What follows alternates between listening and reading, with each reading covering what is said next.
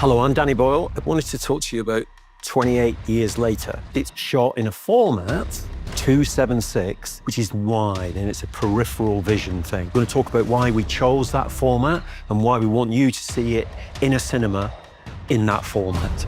But before any of that begins, there's this, which is small enough to fit in your pocket. And it's the only thing in this space that is small enough to fit in your pocket. It's the script. And it often gets forgotten, but it's actually the most important thing out of everything, really. Some people would argue casting is more important, but to me, I'm a traditionalist, and I think the script is more important. It's a wonderful script by Alex Garland. And he wants you, as a director, as you take over the script, he wants you to explore it, expand it, to investigate it, is the word he uses. And the beginning of that process is over here. And this is a selection of some of the storyboards that we use for making the film.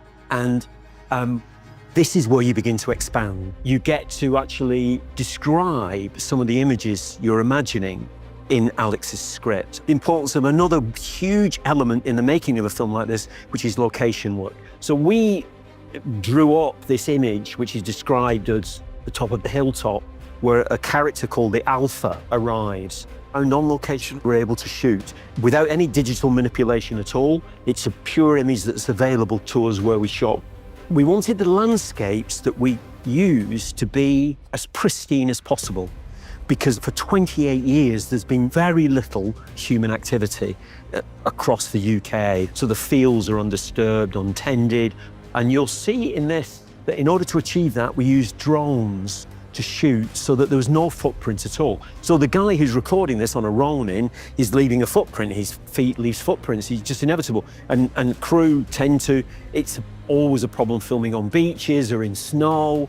You know, the crew inevitably, and then you reveal where they've all been and you have to clean it up and everything like that. So we wanted very, very lightweight cameras so that we could do that. But we wanted this landscape, this 276 widescreen approach. And that creates a tension between quality and flexibility, really. You want the quality that gives you this extraordinary peripheral vision with the images beautiful to look at. You can select any section of it that you want to look at, but you want the flexibility that you can go anywhere quickly and be able to shoot like on virgin territory. On the original film, 28 Days Later, we'd used very simple domestic video cameras. They were everywhere at the time, and we thought, if there was an apocalypse, an instant apocalypse, they'd be literally lying in the street. And if you were a survivor, you could pick them up and you could still see, what had been recorded. And it would probably be evidence of what had happened or something deeply moving, like the last images of someone, of their children. So we thought that's a wonderful format to use it on. It was very challenging because it was very poor quality back then, but it suited the grit, the griminess of that film that we were doing. And we thought on this film that we were going to try and use something that's become ubiquitous in all our lives, even more so than video cameras, domestic video cameras were back then, and that's the smartphone. Now, this table is a smorgasbord of how you adapt the use of small cameras in order to make a feature film.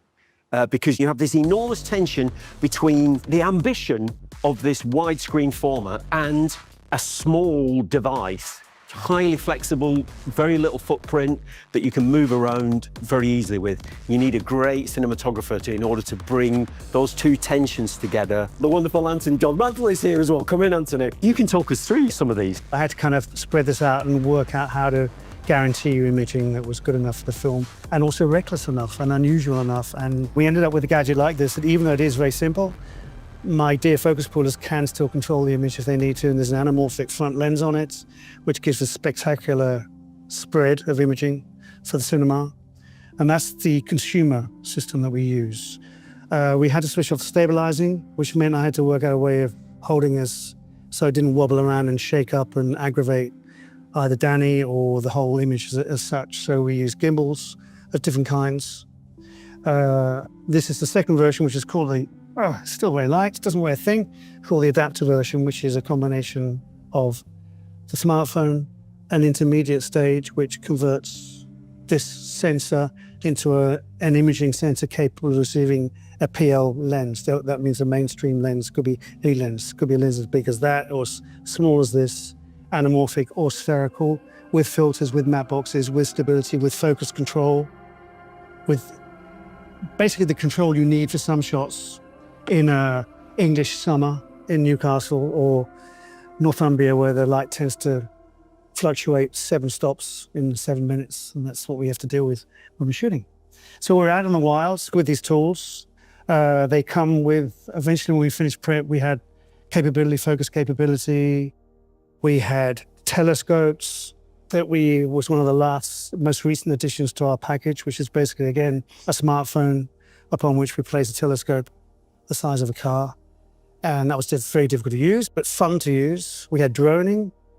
This is FPV drone. It's quite unnerving for a drone operator to put this on, and then the picture appears here. And the thing's out there flying at 45 miles an hour straight towards a A-list actor's face. And you just have to live in trust. But I love that, and I wanted to use that a lot because as a very important part of our palette, it's not just like the drone, the God's POV. I wanted him to work within the actors as much as possible and become like a very dramatic character, as indeed we do every time we place a camera and remove the camera, linear or whatever. So this is an array of 20 smartphones on one synchronized board, if you like, which allows you to photograph a scene inside it, like me inside it, and give you a real sense of 3D. It literally, you overhear the word immersive, but this is an example of it. It puts you right inside it, really, because it changes the simultaneous perspective at any point, if you like. And we are not allowed to show you that use on this video because YouTube won't broadcast it, apparently. None of this matters, of course, because what we want you to do is to go and see the film. And what's important is that your relationship with the actors and with the story. But we did want to show you how we try to create a landscape that's worthy of your attention in a cinema. So I hope you enjoy the film, and I hope you can delve into some of this maybe afterwards. Thank you for clicking on our video, everybody. If you like what you saw here, please make sure you like the video and subscribe and share with your friends who like this sort of content. Joblo remains an independent company, and we appreciate all of your support.